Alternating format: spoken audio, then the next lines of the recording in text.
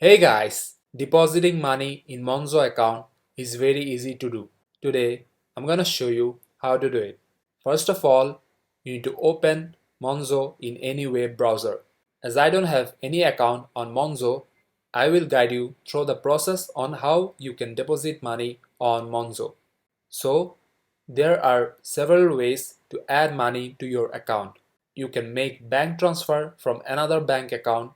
For that, you need to tap on the home icon in the menu bar. After that, tap on the add money button under your Monzo card.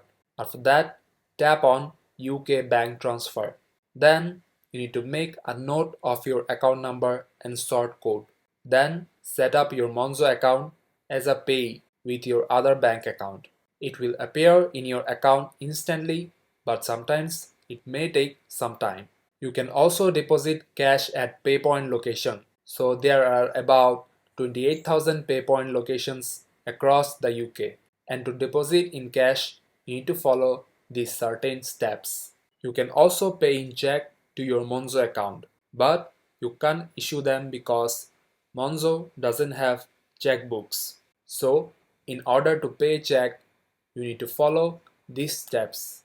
So, these are some ways you can deposit money on Monzo.